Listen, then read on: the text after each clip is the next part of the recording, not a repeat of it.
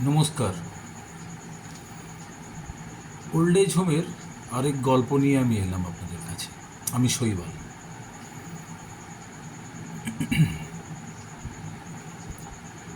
বৃদ্ধাশ্রমে এক বৃদ্ধের সঙ্গে আমার অনেকক্ষণ গল্প হচ্ছিল। তো আমি বাবাকে জিজ্ঞেস করলাম, আপনি এখানে এলেন কি করে? বৃদ্ধ আমাকে জানালো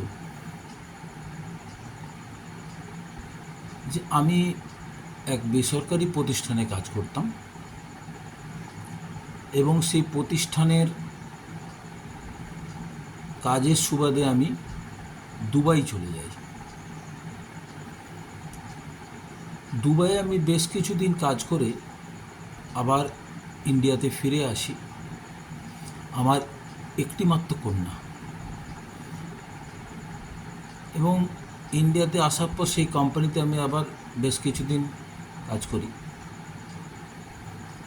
কাজ করতে করতে হঠাৎ আমার স্ত্রী মারা যান। আমি আমার কন্যাকে মানুষ করি। কন্যা আমার বড় হয়, কন্যাকেও আমি বিয়ে থা দিই। এমতো অবস্থায় আমার শারীরিক কিছু প্রতিবন্ধকতা দেখা দেয়। তার জন্য আমি আমার কর্মস্থল থেকে আমি ছুটি নিই। আমার নিজস্ব একটা বাড়িও ছিল, ছোট্ট বাড়ি আর কি। তো সেখানে আমার কন্যা থাকতো এবং পড়াশোনা করতো। সে গ্র্যাজুয়েশন কমপ্লিট করে। কন্যার আমি বিবাহ দিই এবং সে শ্বশুর বাড়িও চলে যায়। আমি সেইভাবে বসবাস করতে শুরু করি আমার নিজের বাড়িতে। হঠাৎ আমার শরীর আবার খারাপ হতে শুরু করে। এই অবস্থাতে আমাকে কন্যা বলে যে, তাহলে তুমি কি আমার কাছে এসে থাকবে? তো আমি কন্যাকে বলি, আমি আর তোমার শ্বশুর বাড়ির কাছাকাছি বা শ্বশুর বাড়িতে গিয়ে থাকাটা আমি আর ঠিক হবে না। আমি বৃদ্ধাশ্রমেই চলে যাই। আমি বৃদ্ধাশ্রমে চলে যাই এবং সেখানেই থাকি। আর 5টা মানুষ, বৃদ্ধ এবং বৃদ্ধা যারা আছে তাদের সঙ্গে।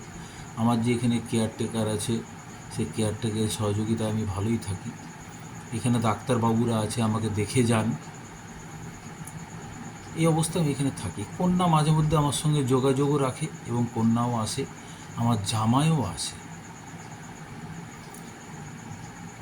এবং জামাই একটা ব্যাঙ্গালোরের একটা কোম্পানিতে চাকরি করে আর কি, এবং তার শ্বশুর বাড়ি হচ্ছে আসানসোলের কাছাকাছি। তো এবং আমার কন্যার একটি পুত্র সন্তানও হয়। তাকে নিয়ে এখানে থাকে। জামাই ব্যাঙ্গালোরে কাজ করে। ব্যাঙ্গালোর থেকে যখন জামাই আসে আসানসোলে, আসানসোল থেকে মেয়েকে নিয়ে আমার কাছে আসে, বা মেয়েও আমার কাছে শুধু ঘুরে যায়। এবং আমার কিছু স্থাবর অস্থাবর সম্পত্তি ছিল, এবং সেটা আমি আমার কন্যাকে লিখিয়েই দিই। আর কি আর হবে, আমি বৃদ্ধাশ্রমে থাকি, কন্যা যত সামান্য টাকা পয়সা আমাকে দেয়। এরকম করে চলতে থাকে বেশ কিছুদিন।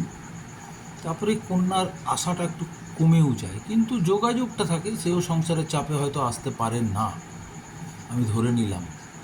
সবসময় আমি যেটা চাইবো সেটা তো আর হবে না বাবা। তো আমি এই বৃদ্ধাশ্রমে ভালোই আছি। তুমিও মাঝে মধ্যে আসো, দেখা করো, কথা বলো, বেশ ভালো লাগে।